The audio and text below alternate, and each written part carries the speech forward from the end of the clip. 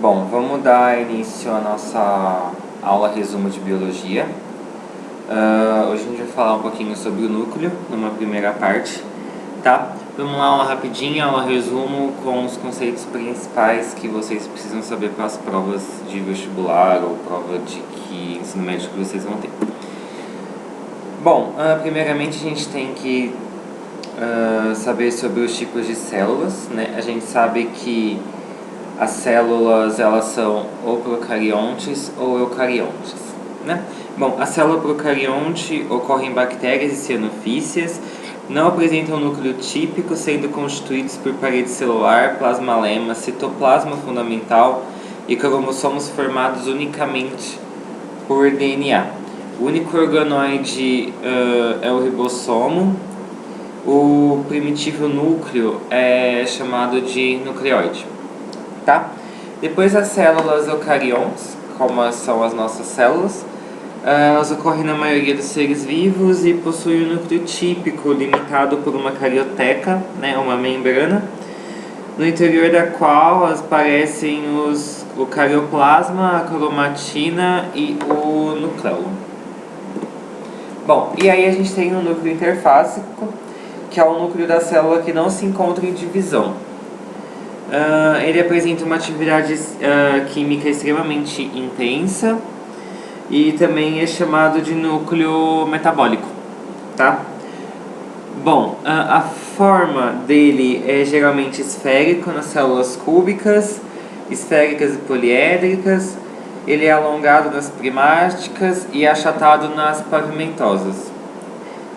Existem nucleolos irregulares como o dos neutrófilos, que eles são multilobados, e nas glândulas sericígenas de insetos, que esses nucleolos eles são ramificados, mas isso é bem difícil. O número deles, a maioria das células é uninucleada, ou seja, elas têm um núcleo só, mas também existem binucleadas, como as hepáticas e as cartilaginosas, e as plurinucleadas, que são as musculares estriadas, né? Se vocês lembrarem do desenho da célula muscular, vocês vão ver que elas têm vários núcleozinhos, né? Quando a gente for falar do sistema muscular, eu mostro para vocês. A posição deles é variável, mas característica de cada tipo celular, tá? Ela é central nas embrionárias e adultas, e posiciona-se em função de reservas elaboradas ou de diferenciações celulares, né? Ela é basal nas células glandulares e está nas periféricas nas células adiposas, tá? O tamanho é bem variado, ele é fixo para cada tipo celular e relacionado com o volume da célula. Tal relação se expressa pela relação de Hertwig, ou relação nucleoplasmática, que é o RNP. Essa relação de Hertwig eu não quero entrar muito nela, mas ela é uma divisão entre o volume nuclear de cima dividido pelo volume nuclear menos o volume celular menos o volume nuclear, tá bom? A função do núcleo é controlar todas as atividades celulares, representando o centro da coordenação celular. É no DNA nuclear que estão localizados os genes, depositários das informações genéticas responsáveis pelas atividades da célula. Tais informações são transmitidas ao citoplasma através do RNA mensageiro, que se origina do DNA. Passa ao citoplasma e comanda através dos ribossomos a síntese de proteínas específicas, estruturais e enzimáticas, responsáveis pela estrutura fisiológica celulares. Isso é bem assim aprofundado, que eu fiz um resuminho.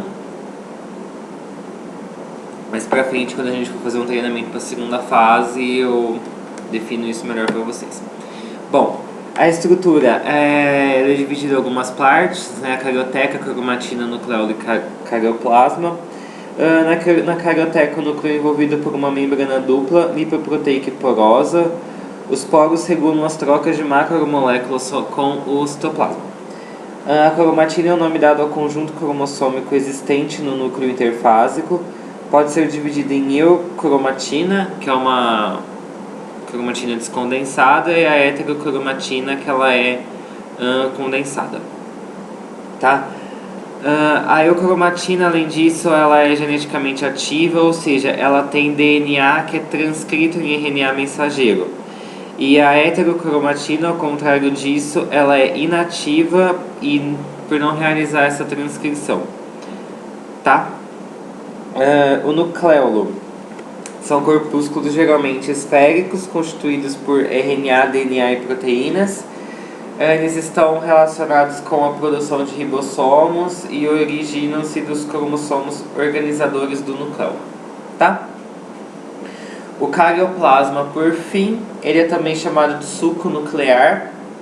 É um fluido claro que existe entre a cromatina e os nucleolos, e sua composição química ainda não foi bem definida, né? Com certeza alguém que definir isso vai ganhar um prêmio Nobel. Bom, gente, foi isso, a linha de núcleo 1, bem rapidinha para vocês, tá?